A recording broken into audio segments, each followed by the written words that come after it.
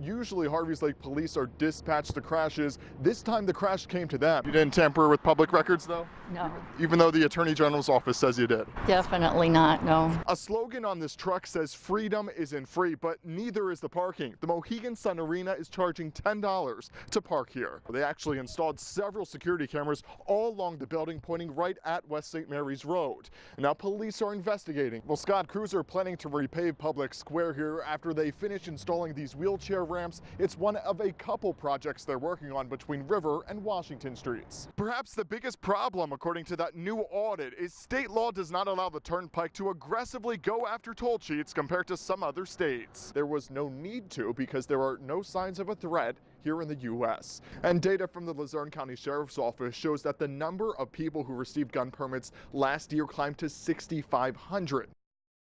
The saying goes, money talks, but 47-year-old Kelly Jones of Sweet Valley had little to say when she walked into a magistrate's office near Dallas to face charges of stealing $114,000. Did you really think you were going to get away with taking all that money?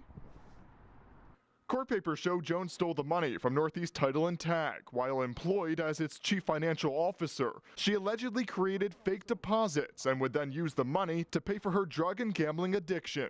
It's a large amount of money. It was a little surprising. I mean, here's a person that the company, in fact, didn't trust with their business. Court papers also show Jones would steal from customers by handing them a receipt here at Northeast Title and Tag, and then when they walked out that door, she would alter their records in the company's system or completely delete it. It's bad. I don't know who I can trust anymore, basically, you know, like you're supposed to trust these people with your money. I felt betrayed, devastated. Marie Carter, the president of Northeast Title and Tag, tries to run the company like a small family-run business. She has since taken steps to prevent another situation like this from happening again by auditing the company more often and also having two people sign off on money coming in instead of one. Glad that it's coming to an end, and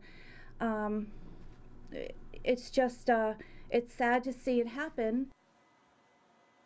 And no customer's personal information or money was compromised during the thefts. Today, Jones was released on an unsecured bail. Her preliminary hearing set for next month. Well, Scott and Marisa, you know, and many of our viewers at home know, that we have extensively covered the confusion surrounding the roundabouts in Avoca near the airport. So you might be surprised about the response from PennDOT's secretary after we asked her if drivers here in Nanticoke can expect the same confusion after the roundabouts here are completed. If you thought the three roundabouts by the Wilkes-Barre-Scranton Airport were confusing, get this. PennDOT is now building 6 roundabouts in and around Nanticoke near its new South Valley Parkway, which is also under construction. It's a little too much. It's ridiculous. Like, our Hanover section is all the elderly. They're not going to know how to pretty much work the roundabouts. It's bad enough they have enough problems with the one that's up there by the airport, you know. Roundabouts are shown to decrease the number of fatal car crashes and help reduce speeding. PennDOT Secretary Leslie Richards stopped in the Nanticoke area for a news conference about the $83 million road project. She maintains the 6 roundabouts are designed to improve traffic flow and safety along Middle Road.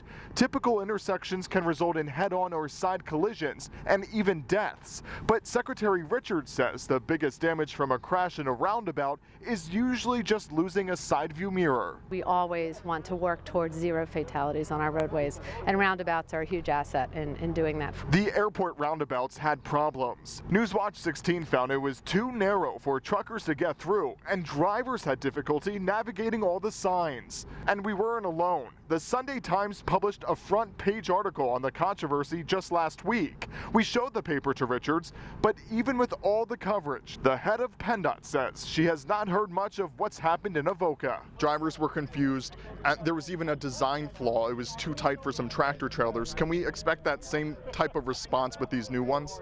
Sure, I'm not familiar with that specific issue. But Jeff Gribble is. He's the project manager with the private engineering firm that designed the Nanticoke roundabouts. He's even driven through the airport roundabouts. We asked him the same question. Can drivers expect the same type of thing at these roundabouts? No, these are all set up with auto turn. It's a software that we use to size up the turns correctly and make sure that the long 53-foot trailers can navigate through, you know, the curved roadway of the roundabout.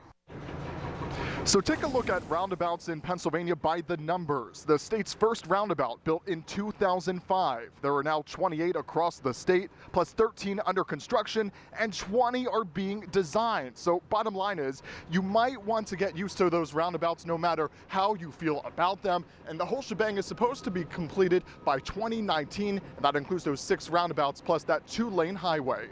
Matt Petrillo, Newswatch 16, reporting live in Luzerne County. Mary DiPolito loves 2 things: biking around Wilkes-Barre, where she's lived the past 11 years, and she's crazy about crocheting. I do it by touch, because when you get old, your eyes get strained easy. Yeah.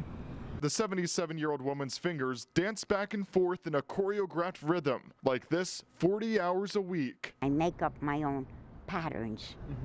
Mary makes everything from Afghans to winter hats. She sends the hats to Catholic Social Services, where they're given to needy children. After I posted a video about that to my Facebook page last week, Sell some hats for $5. That way I'll get money for yarn. hundreds of people responded. Oh my God, they'll buy lots of yarn. Many sending us money or yarn to give to her from New York. Clifton Springs, New York. Oh, they get them from all the way back. Oh my goodness. But it wasn't until this second meeting that we learned why Mary spends so much time with her crochet hook. I feel like because I'm old, you know, I don't want to just be sitting rocking away, you know, or watching TV, you know.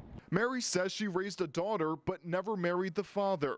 Last year, her daughter died of AIDS. Now, with no one else in her life to give to, she crochets for social services, making those hats for other people's kids, some who she'll never meet. I don't like to be useless. When we met with Mary for the second time, we read her some of the comments people wrote about her and her crocheting on that Facebook post. Thanks for highlighting a terrific soul. She's a sweetheart. That's how you get to heaven, is what one person said. Wow. What goes through your head when you hear all that? You know, I don't have anybody, and I'm very lonely, and that makes me feel very good. I really appreciate so much this. And of course, Mary isn't a nobody and has more friends than she realizes, including us here at Newswatch 16. She plans on keeping up with her craft here in downtown Wilkes-Barre. Matt Petrillo, Newswatch 16, reporting live outside our Wyoming Valley newsroom.